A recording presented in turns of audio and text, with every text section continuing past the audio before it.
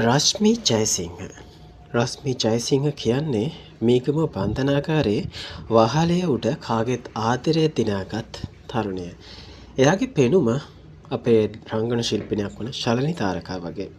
කවුරුත් නොදන්න රශ්මිගේ කතාව මං අද ඔයාලට කියන්නම්. රශ්මි ඉගෙන ගන්නේ බදුල්ල ජනප්‍රිය පාසලක. එයා ඉගෙන ගන්න ඉතාමත් දක්ෂ වුණ ශිෂ්‍යත්වයට සමත් වෙලා කොළඹ ප්‍රසිද්ධ බාලිකා පාසලක ඉගෙන ගන්න රශ්මි එනවා. එහිදී ඇය නතර වෙන්නේ මේගමුව එයාගේ පුංචි අම්මගේ ගෙදර.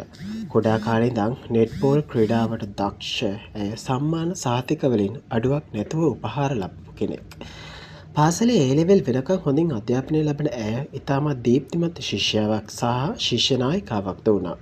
යාළුවන් සමග ඇවිදින්න ගොඩක් ප්‍රිය කරපු ඇයට කන කොකා හඬන්න පටන් ගත්තේ WhatsApp group එකකින් සහ Facebook group එකකින්.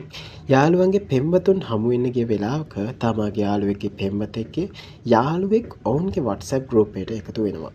පසුව මොවුන් දෙදෙනා අතර දැඩි මිත්‍රත්වයක් ඇති වෙනවා. පසුව රශ්මිගේ හිතෙන් ඒක ආදරයකට පෙරලෙනවා. ඉතින් ඔන්නෝම කාලය ගලාගෙන යන අතරමැද්ද මගේ පෙම්වතා කියනවා මේගමුව යාළුවෙක්ගේ පාර්සලයක් දෙන්න එයි ඒක අරන් එන්න කියලා. මම දන්නේ නැහැ ඒකේ තියෙන්නේ කුඩු කියලා.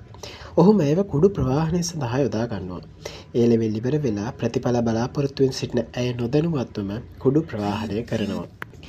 කොහොම හරි පොලිසියට මේ ගැන ඔත්තුවක් ලැබිලා ඇයව අත්අඩංගුවට ගන්නවා. 54 ගහලා හිරේ දානවා. තම පෙම්වතා විශ්වාස කරලා අද හිරගේ ඇතුලේ තමන්ගේ මුළු අනාගතයම විනාශ කරන් මේ රෝමතිය විඳවනවා.